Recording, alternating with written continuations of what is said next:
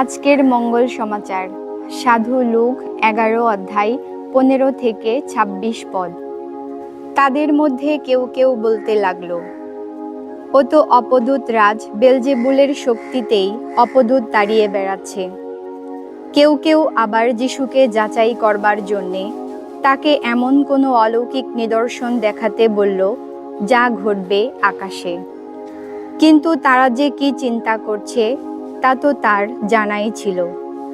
তাই তিনি তখন তাদের বললেন, বিবাদে বিভক্ত যে কোনো রাজ্যই তো ধ্বংসের পথে এগিয়ে চলে, তেমনি বিবাদে বিভক্ত পরিবার ভেঙ্গেই পড়ে। তেমনিভাবে শয়তান নিজেই যদি বিবাদে বিভক্ত হয়ে থাকে, তবে তার রাজ্যই বা কেমন করে স্থায়ী হবে?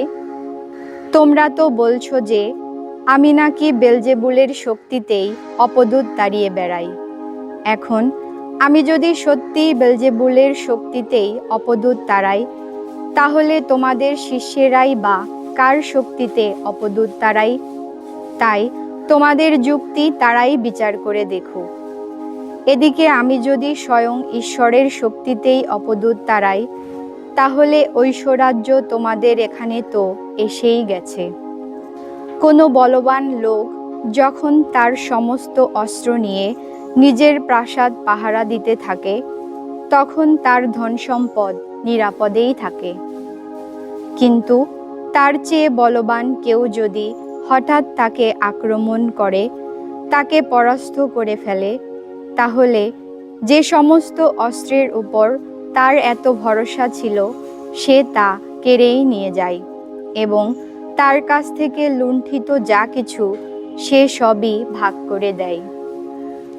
জেনে রেখো, যে আমার সপক্ষে নয় সে কিন্তু আমার বিপক্ষেই।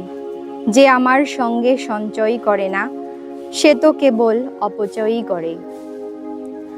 অপবিত্র কোনো বিদেহী আত্মা যখন কোনো মানুষকে ছেড়ে বেরিয়ে যায়, তখন সে তো বিশ্রাম করার মতো কোনো জায়গার খোঁজে খরাযত প্রান্তরে ঘুরে ঘুরেই মরে। তেমন জায়গা না পেয়ে সে বলে, যে ঘর ছেড়ে আমি বেরিয়ে এসেছি আমি বরং সেই ঘরেই এখন যাই।